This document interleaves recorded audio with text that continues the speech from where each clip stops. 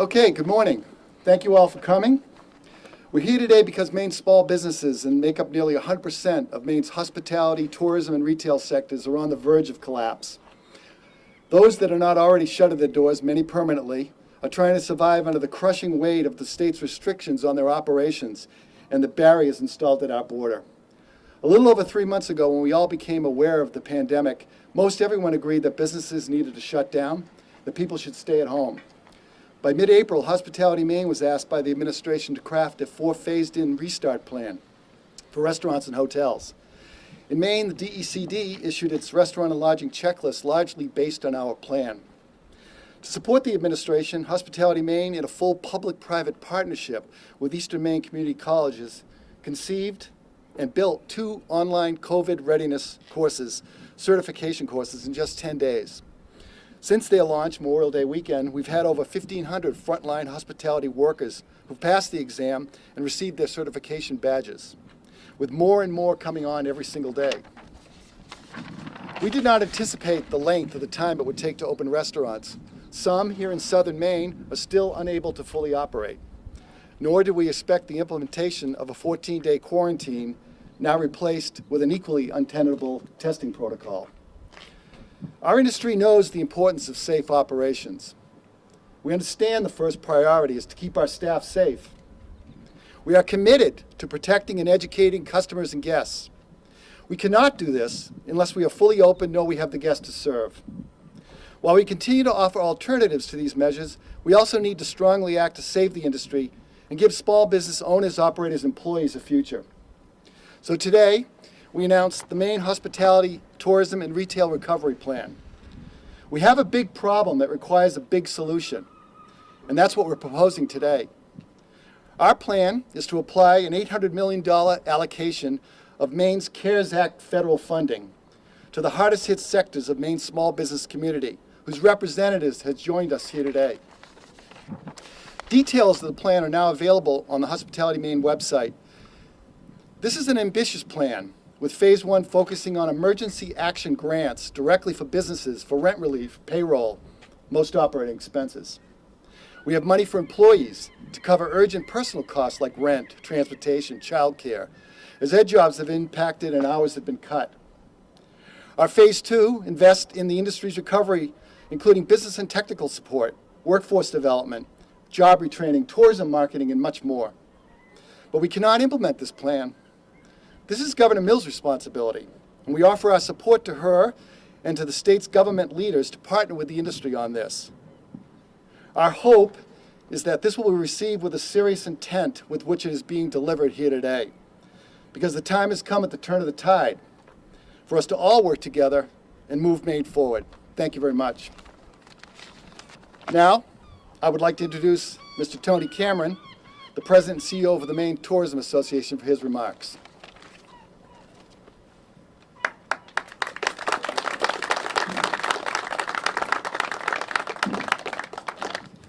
Thank you, Steve. My name is Tony Cameron. I am the CEO of the Maine Tourism Association. Tourism is the backbone of Maine's economy. It's the heart and soul that makes Maine so special. In addition to lodging, restaurants, and retail, tourism is so much more. It's the attractions, the museums, the fairs, concerts, sporting events. It's the camps and cottages, vacation rentals, wedding, event planners, photographers and caterers. It's the motor coaches, the summer camps, golf courses, and so much more. And it touches all aspects of our communities, from schools, real estate, support businesses like hardware stores and car dealerships, and most importantly, our quality of life. Many of these businesses are fighting for their survival.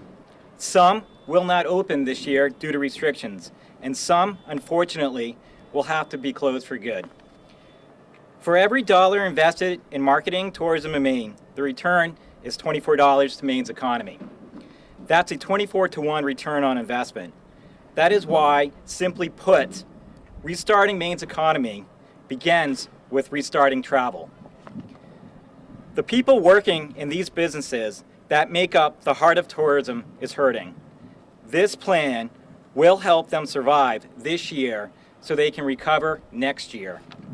In addition to direct grants to businesses, this plan also ensures that the Maine Office of Tourism's marketing budget stays whole in the future years.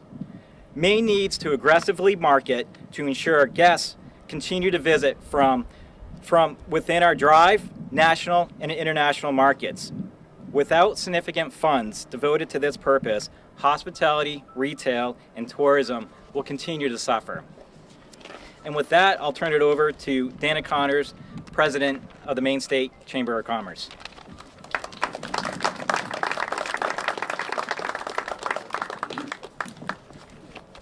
Thanks, Tony. That was just as my phone went off that Greg came to me a rescue, though I still hear it ringing.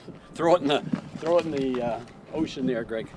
Actually, good morning, everyone. My name is Dana Connors, and I represent the Maine State Chamber of Commerce. And I am here today to voice the Chamber's support for both the plan and the purpose. Technically, chambers are not a part of the Maine Hospitality and Tourism Alliance, but I can tell you this, the chambers throughout the state, including our own, feel the love of what you bring to our state. In the last 3.5 months, we feel the pain that you're enduring. You know, when you think about it, tourism, retail, hospitality, the impact of what you bring to our state in so many ways is immeasurable. The impact that you have on our lives and our livelihood is well understood by many, but more need to come to understand that. The very value and worth that you bring to our economy reaches every corner of the state and touches every one of us in one way or another. And when you look at the statistics, they're astonishing, to be quite frank. When you think that represented here are at least 150,000 employees, I'll bet the worth, the economic contributions exceed 10 billion. But I would also say, I'll bet that's conservative, because when you think of all that's impacted by what is before you today, I think you're going to find that that is conservative. And the thing that I think we all need to keep in mind, that impact, that value is experienced, 2/3 of it, in our summer season. And that has already begun. When I think about what lies before us today, I applaud and really appreciate how this alliance has stepped up to respond to the need at hand. I also want, because I think you bring to life not only the value and the worth, but you also express to us the harm that's enduring, the impact that it has in a negative way, and it's something that we all need to be cognizant of. I want to take a sidestep for a moment here and to also thank the Alliance for how you've recognized 501c6s, most emphatically the local chambers throughout our state. Probably many of you don't know this, but they are ambassadors for what the Alliance and what the tourism and hospitality industry really means to this state. They are ambassadors that help you with your success. There are 95 individuals employed that during this COVID-19 have been reduced to 33. That's 2 out of 3 are not employed, and yet they continue to do the work, provide information and resources. Again, I thank you for recognizing them in this $10 million category, and I can assure you it's a great investment. Yes, the plan is everything that needs to be done at this very time, but I don't want to leave here without acknowledging that we cannot afford to forsake or to forget and to continue to work on opening up our state to tourism. I, like many of you, commend the governor for keeping public health front and foremost, but during this time, she has also brought us to a place that recognizes that public health and economic health are side-by-side partners. We need them both. We need a state that depends on safety, but depends on economic success. And when you look around our state and you think about the way businesses and individuals have responded, we should be very reassured, because businesses and people have taken very seriously their responsibilities. They've been responsive. They've followed guidelines like is being placed right here today before us. I think, and I hope that's been acknowledged.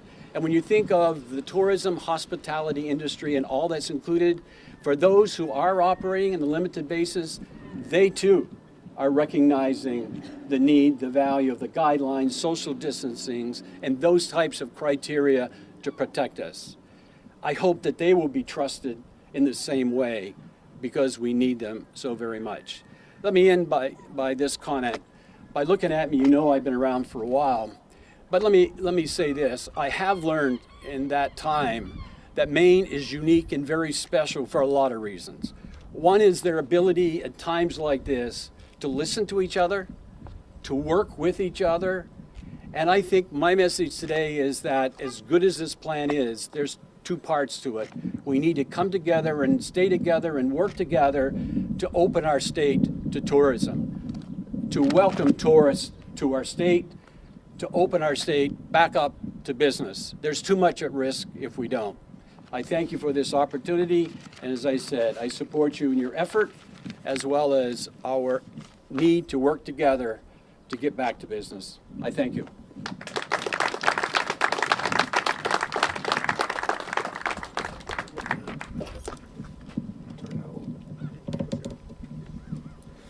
Good morning. I'm Curtis Picard of the Retail Association of Maine. I'm here to back clean up and be the bridge to members of the media to ask us questions. But first, I want to hit on a couple brief points.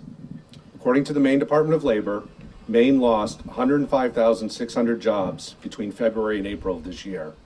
Of those 105,600 jobs, 42,600 of them came from leisure and hospitality, and 12,000 of them came from retail. That means 51% of the jobs lost came from our collective industries. As other speakers have pointed out, and it's a point I cannot emphasize enough, Maine's tourism economy is so much more than hotels, B&Bs, restaurants, and retail shops. We cannot ignore the impact that this has had on our festivals, special events, concerts, cruise ships, wedding industry, motor coach industry, cultural organizations, Maine guides. I could go on, but we cannot forget those folks as well and recognize that they are an important component to Maine's tourism economy. Our plan proposes $50 million in employee relief that can be used for childcare, rent, healthcare costs, transportation, and other essential expenses. With the federal pandemic unemployment assistance set to expire on July 25th, there is a coming cliff for employees that will magnify the impact unless it's addressed. At this point, I would like to help facilitate any questions from the media. Sure. Would this prioritize businesses that have not been able to access PPP or the emergency EIDL grants? Would the money go there first, or was it come one, come all? You know, it's for the entire industry, but yes, we've talked about different tiers of businesses, different sides of businesses, and that's detailed in the plan as well. But as I learned this morning, the number of the businesses that took advantage or were able to take advantage of the PPP or the EIDL, they're reaching the point where they're going to run out of that soon. So regardless of whether or not you were able to take advantage of that, that doesn't fix it for them. When those programs came out, I think we were all anticipating that this whole thing maybe would take a month and then we turn a quarter. It's clear that hasn't happened. So there needs to be more relief now. We're right in the middle of the tourism season. It's Friday. It's a beautiful sunny day. Our turnpike should be packed right now. This dock should be packed with cars, and it's not. So we need action now. I'm still a little unclear, though. Would these direct grants have kind of an order in which they first went to companies which were not able to access previous funds or not? I think it's both. It's the need that's there. So it's going to cover both companies. Okay. Follow-up question: have you tested this with the Mills administration and/or the Senate and House presidents and the Speaker? And what's been the reaction? We're rolling this out right here now today. So we want to start this conversation. As Steve said, we've continued, all of our industries have continued to work closely with the administration and will continue to do that. So we're putting forward a plan that will start a discussion that needs to happen, and we're happy to have those conversations. I'd like to come up with 800 million? So we looked at what a lot of other states were doing as well. So we took a look at other state plans that are already out there. We also have had numerous conversations with a number of folks from our industry. We're trying to understand the impact of that industry. Between retail, tourism, and leisure, that's about, my math is correct, about 14,000 different establishments. And we've been hearing from them for a solid 3.5 months. So we put forward our best foot forward. We think this will help address that. You want to address a couple other points? Curtis has got it correct, but I would add a couple things is that we took a look at the numbers of businesses that we can impact with this money. And we're talking in excess of 10,000 businesses in this state that fall into the category. And to offer meaningful assistance, we need that big number. And we broke it up into several categories. You'll see it in the plan.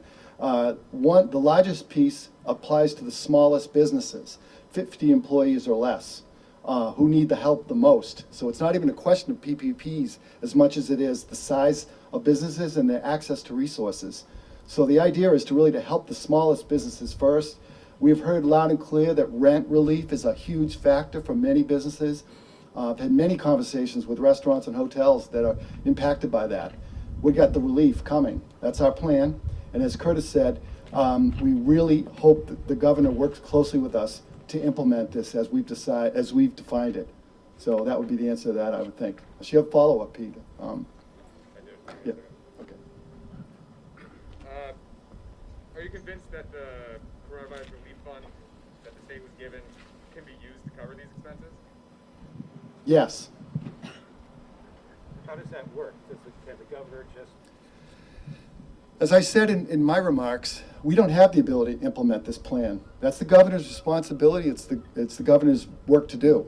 We stand ready, though, frankly, to assist as closely as we're invited to participate, to help that. And we also would work with other leaders of the administrations. It's not just all the governor's responsibilities. It would be departments of government and others that need to help deal with the applications, as an example, or help choose the amounts of monies that people could receive under the program. And again, we will work with the administration on that, but we have to start now. I mean, this is why it's out today. Can it be by executive action, or does it have to go through the legislature? Still to be determined. The governor just extended the executive emergency orders, so we can work within that time frame over the next couple of weeks. And we're not talking something that's 6 months out. We're talking something that is actionable beginning at noon today. Yes? If I could ask if there are any business owners here today that would be interested in sharing how this would impact them? Yeah. I'm sure there are, and I think there are several here today with us, a number with us. So I think it would probably be worth speaking with them afterwards. Yeah, absolutely. As would all of us, too, by the way, if you'd like to talk. Are there any other states where this is happening, where this lot of money, I mean, this is over half of the fund, Yes. would be used for this purpose, number one? And number two, when you're talking about rent relief, childcare, transportation, is the intention to make that exclusively for hospitality workers? Yes. and workers in the The idea with this is there's a lot of money available under this plan. Nothing's been spent yet that we know about. So this is all earmarked for the hardest hit sectors of Maine's economy. As Curtis pointed out, over half of the job losses so far are through the groups we are representing today. And we're concerned that those jobs are never going to come back, or they're going to come back in some reduced capacity. We need to, as a state, we need to prepare for that. So the task is monumental in this sector alone. So, and that's all this is the lane we have to operate in. These are the people we represent and the businesses that we support. But I'm certain that there could be a wider effort, and we welcome that opportunity as well. What about models from other states? Mm-hmm. There are other states out there that received a similar amount of money that have undertaken programs like this. They're out there. You can research them yourselves. We've seen some. What we've done is not modeled after anything except the state of Maine and the needs we know exist here. Steve, could you have Steve DeMello step up? Yes. This is his backdrop. Thank you. Where's Mr. No, there he is. Yep. Good afternoon. Did you have a particular question? Or did you just want to catch this? How would this help your business and how are you surviving? Well, it's, this operation behind me employs 150 people. There's other businesses on the property that my brother runs that has another 50 employees. All these folks are struggling, as our business is. My family business, where without the PPP, we would probably be out of business at this point, but those funds are running low, and we don't think we're going to make it if the governor doesn't open up dining inside. That's our big issue. But these funds that are going to be allocated to help businesses large and small will keep the staff employed and keep the juices flowing in these operations.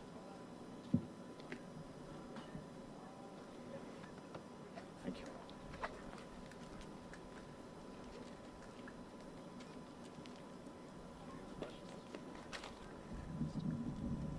Any other business owners who care to I think step to the Kathy said she's got a campground on the street.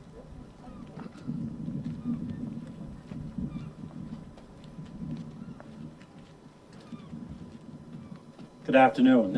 My name is David Berg, and I represent all of the campground owners in the state of Maine, both public and private. And it has made a big impact. When I talk to people in our industry who are open year-round running their campgrounds, and they ask me, how can you make a living in 5 or 6 months? And I tell them we really make a living in 10 weeks. If we lose that 10 weeks, we're going to lose a lot of campground owners. I have had cancellations from one end of the country to the other, and because I'm in southern Maine for my part, but it's no different across the state, I have probably 98% for me is out-of-state people. And now we've got a little bit of relief with New Hampshire and Vermont, and I thank the governor for that. But it's time to let us all work together safely and get people into the state so we can make a living. People who work year-round and lose 2 or 3 weeks of pay are on the edge. We are only open a maximum of 5 or 6 months. If we lose the 3 summer months, we're more likely out of business. Thank you. Well, again, thank you all for coming today. We're here to answer any further questions, and we're ready to roll up the sleeves and get to work immediately. So thank you all very much for coming. Thank you.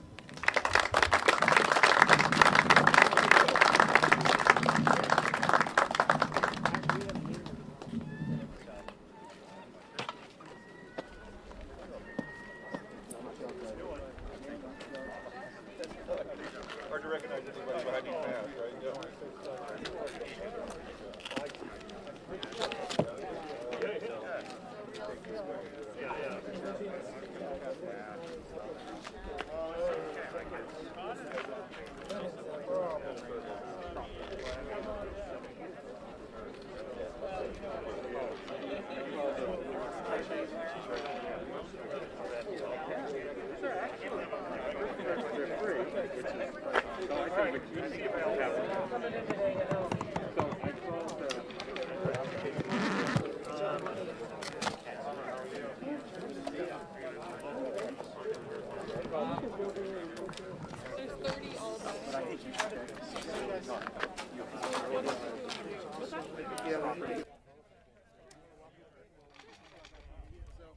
Folks in the meeting, this is some paper from follow-up background, so the overall and then the details, okay?